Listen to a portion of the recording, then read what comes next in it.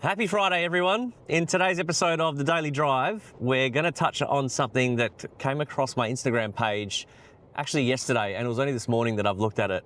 And it's of this new, well, it's not new, it's a rule that's obviously been around for quite some time. And it's of this rule that you can take a stroke and distance penalty, one stroke, from anywhere on the course, right? So we know this, but anywhere on the course means anywhere on the course. And this video that USGA put up recently is of a guy putting, and he putts, but he putts it off the green and into a bunker. So people who aren't really good in bunkers, and I won't mention any names, jolliness, they probably would see some major benefits from using this rule. But is it really a rule that you want to use? Is it really a rule that's going to help you become a better golfer? So you're playing Pinehurst number 2. You give this birdie putt a little too much juice, and now you're standing there helplessly watching as Donald Ross slowly escorts your ball off the putting green and into the bottom of a deep greenside bunker. Now you have a decision to make, because this bunker shot has no margin for error. If you played it as it lies, the slightest misstep could spiral into a big number on the scorecard. So if you don't like your chances of getting up and down for bogey, you might be better off taking stroke and distance, which is something you're always allowed to do at any time. And since your last stroke was from the putting green, you actually get to place the ball right back where you started for one penalty stroke. Now you have a guaranteed putt for bogey with the added bonus of knowing exactly what it does. I think, me personally, I look at this rule and I think I'd only ever use it if I absolutely had to. Like, if it was in a match play scenario, I'd use it. No question about it, I would use it. I know people who've watched videos of mine before and listened to the podcast know that my secret to winning match play games is play them with the rules, like beat them with the rules. So that's definitely a rule that I feel that anyone could use to win a match. Look, is it in the spirit of the game? Is it a rule that you really want to use? I don't know.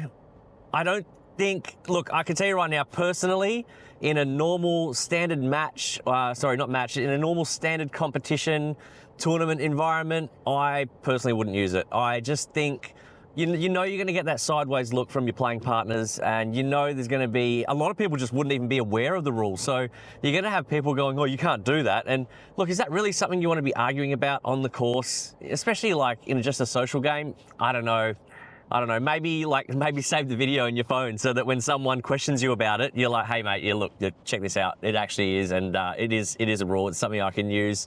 I can take this relief, and USGA said I can. So here's the video. Yeah, personally, I just don't agree with it. I'm trying to bring myself to agreeing with it, and I just can't. It's just, I'm not going to use it. Unless it's in match play. If you verse me in match play, I'm going to use it. I'm just trying to think of a scenario or a course in Perth that you would use it on. Like, I'm sure there's probably people who have some courses in mind at the moment who probably think, oh yeah, actually, I've putt off the green a few times on that course, and it took me 4 or 5 to get back onto the green. Like, I'm thinking like Collier, I think it's the Island 9, the first hole.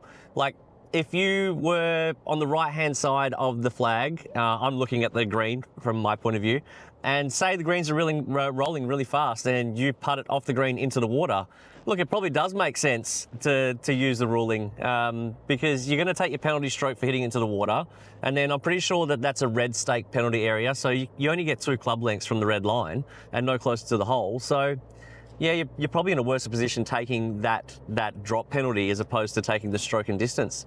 I don't know. Look, get in the comments. Let me know. I'm really actually genuinely interested to hear what people's thoughts are on this ruling, and let me know if you'd use it. I want to know. I genuinely want to know. All right, guys, that's enough for the daily drive today. I'll check back in with everybody tomorrow, or maybe even Sunday. Who knows? This is all a bit of fun at the moment. Cheers, guys. Enjoy. Have a good Friday.